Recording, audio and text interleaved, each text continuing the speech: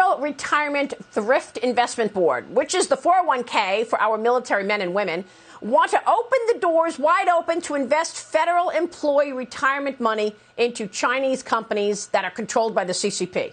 This includes companies leading the Chinese Communist Party in trying to take over the U.S. as the #1 superpower militarily. Joining me right now is a man who has gotten in front of this several times. Florida Senator Marco Rubio is here. He is a member of the Foreign Relations and Appropriations Committees and Vice Chairman of the Select Intelligence Committee. Senator, it's great to see you. Thanks very much for being here. And I want to start there because I have the letter that you sent, and along with your colleagues, asking the investment board, the Federal Thrift Savings, why they want to have this open mutual fund window to allow Chinese companies to be part of the thrift and increase the number of Chinese companies there. Tell me about the concerns around this and whether or not this is happening.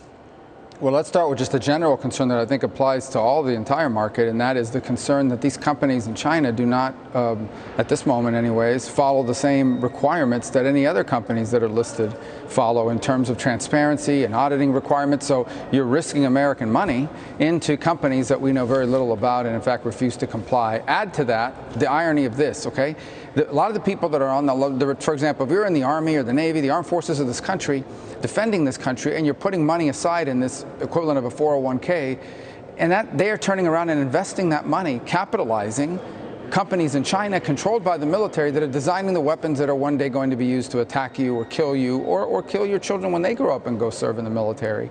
That's outrageous. So I think there's just a very simple common sense line here, and that is that why are we using American money to fund companies that are building the weapons that are being designed to destroy and kill American troops? Yeah.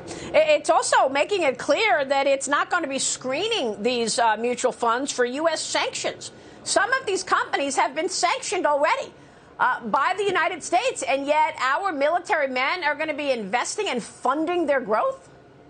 Well, I think this is unfortunately a part, it's controlled by a board of investors and investment experts and specialists. And unfortunately, we've seen this now across equities markets with people who think or believe that their only job and the only consideration is, can I get a good return for our investors? And that's a very important consideration. There's no doubt about it. But I think there needs to be some common sense here.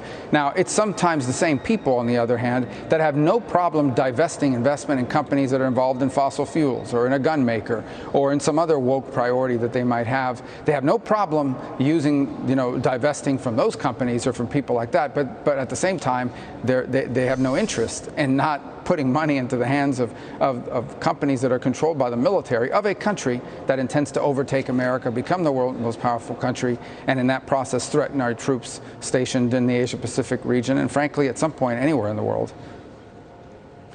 I mean, I thought this was a bipartisan issue. Can Congress do anything to stop this? I mean, you've been pushing to not just ban investments in Chinese companies for our federal employees, but also overall for Americans, particularly because of what you just said. They're not following our audits. Can Congress stop this?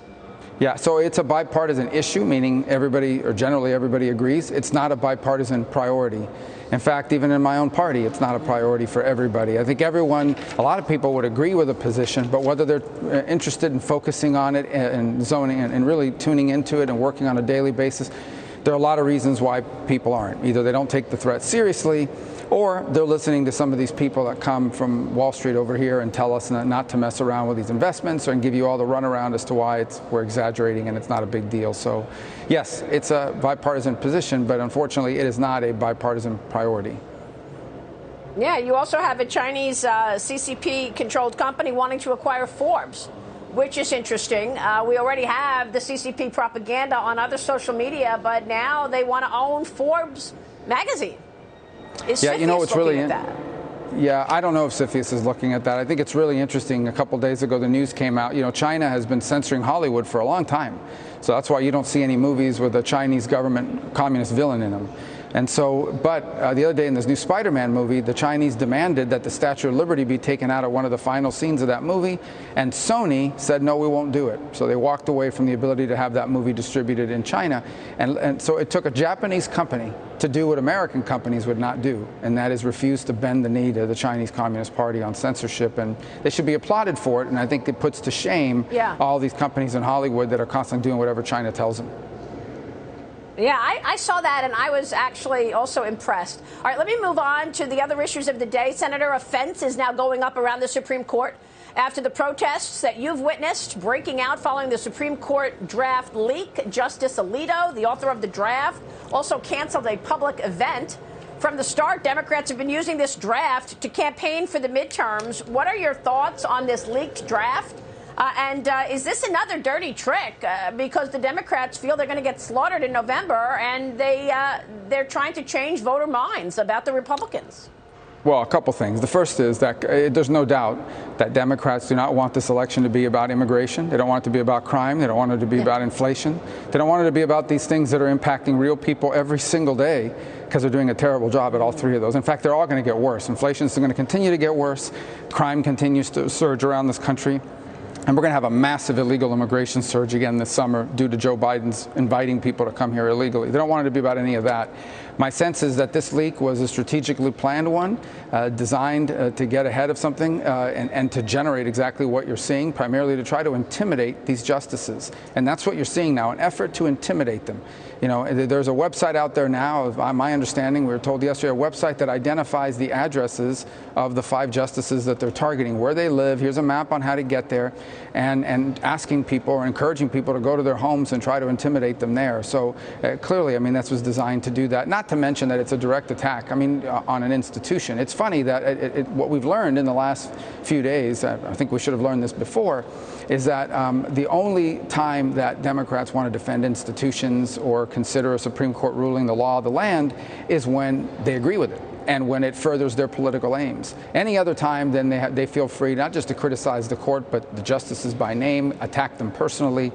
And so that's the world we live in today. And I hope they find who did this, but this person probably not going to hide very long. They're going to get a show on MSNBC, maybe even land some pretty well-paid gigs, a book deal, and they'll be a hero on the far left. So I'm not sure why they're hiding. They should just come forward now and admit it was them. Well, it's pretty extraordinary to see the poisoning of now the Supreme Court after we saw the politics poisoning in virtually every agency, frankly, from the FBI to the CIA to the Department of Defense. But real quick, I want to ask you about your bill that would prohibit employers from deducting expenses related to their employees' travel costs, gender-affirming care. You're taking on the woke corporation, Senator. Yeah, I don't believe there should be taxpayer funding for abortion. That's a widespread position in our country that we shouldn't be using government money to do that. When you tell a company you can deduct the cost of sending someone to get an abortion in another state, you're in essence providing them that assistance through government funding, and we shouldn't be doing it. Senator, it's great to catch up with you. Thanks so much for your insights on all of the above. We'll see you soon, Senator. Thank you, sir. Senator Marco Rubio.